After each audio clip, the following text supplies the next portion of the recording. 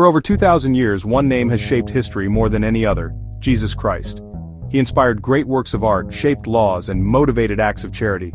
Yet his life and message remain a source of debate and wonder. The real question is not just whether Jesus existed, but who he truly was. This question has challenged people for centuries, and it still demands an answer today.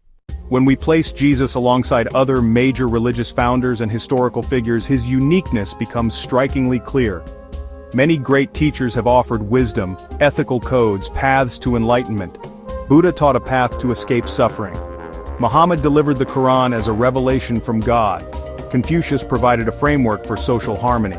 These are respected figures who have influenced billions. However, none of them made the central claim that Jesus made. They pointed the way to a system, a philosophy, a deity. Jesus, in stark contrast, pointed directly to himself as the destination. He didn't say, "Here is the truth," he said, "I am the truth." This is a fundamental and critical distinction. The most significant piece of evidence that separates Jesus from all others is the resurrection.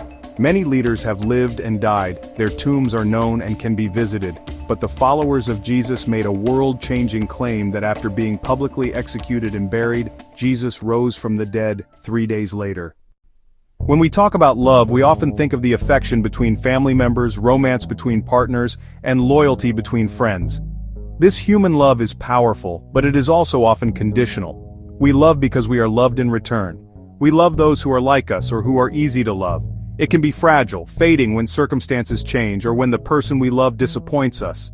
The Bible, however, describes a completely different kind of love when it speaks of Jesus.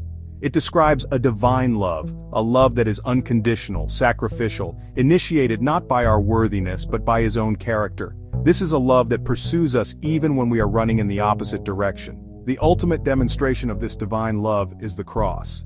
The Apostle Paul wrote that God demonstrates his own love for us in this: while we were still sinners, Christ died for us. Think about the logic of that statement. It wasn't after we cleaned up our act or promised to do better that he acted. It was at our worst, in our rebellion and brokenness, that Jesus willingly went to the cross. We tend to sacrifice for those we deem worthy: our children, our heroes, our friends. Jesus sacrificed himself for his enemies, for the very people who mocked him and nailed him to the cross. This is a love that doesn't make sense from a human perspective. It can only be divine. After examining the evidence, Jesus' unique claims, his resurrection, and his divine love, we arrive at a final crucial point. Jesus is not just someone to be admired like a historical hero or a philosopher. The evidence demands a verdict of trust and worship. To admire him is to keep him at a safe distance, to agree with his teachings without letting them change you.